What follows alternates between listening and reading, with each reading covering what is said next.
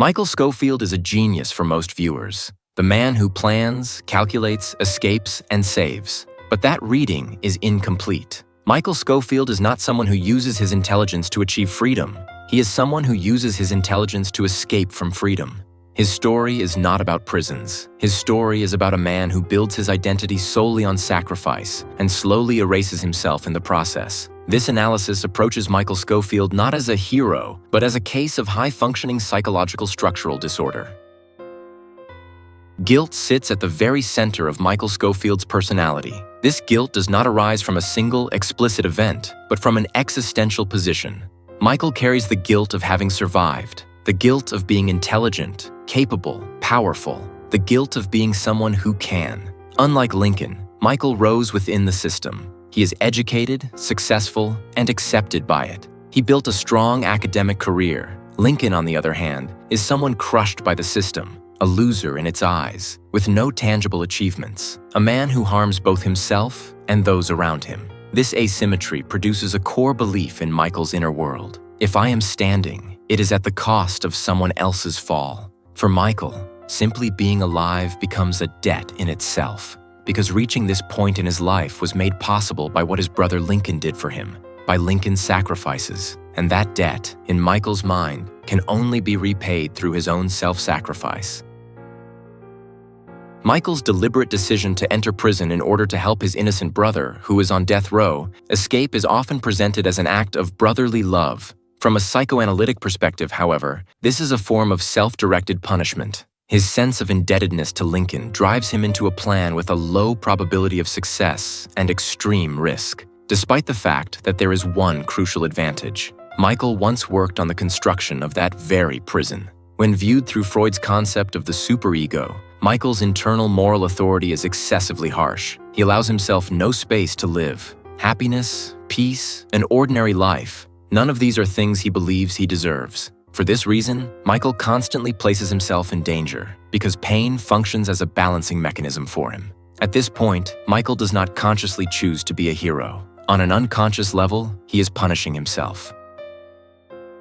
Michael Scofield's plans are flawless because, for him, a lack of planning is an existential threat. His need for control does not come from intelligence. It comes from anxiety, because the possibility of plans failing or going off course would plunge him into psychological collapse. Michael cannot tolerate uncertainty. Uncertainty means emotions rising to the surface without control, and that is exactly what Michael represses. From childhood onward, shaped by what he experienced, he defended himself by placing logic above emotion. As a result, he sees people not as unpredictable beings, but as objects with variables. He perceives relationships as processes, and love as risk. Fox River is not the prison.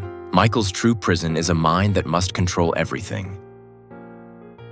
At first glance, Michael Scofield appears to be a stoic figure. He is resilient to pain, calm under pressure, and rarely displays emotion. He embodies a masculine ideal, acting with virtue and morality, protecting and helping those weaker than himself. However, this is not true Stoicism. It is a shield Michael constructed in order to feel safe. Stoicism is not the suppression of emotions, but the understanding of them. Michael, by contrast, denies his emotions. He ignores them. He acts as if they do not exist. For this reason, Michael's calmness does not come from wisdom. It comes from emotional numbness. This trauma-induced numbness allows him to survive, but makes it difficult for him to remain human. He begins to think almost like a machine. Losing both his mother and father at a young age played a major role in the formation of this trauma.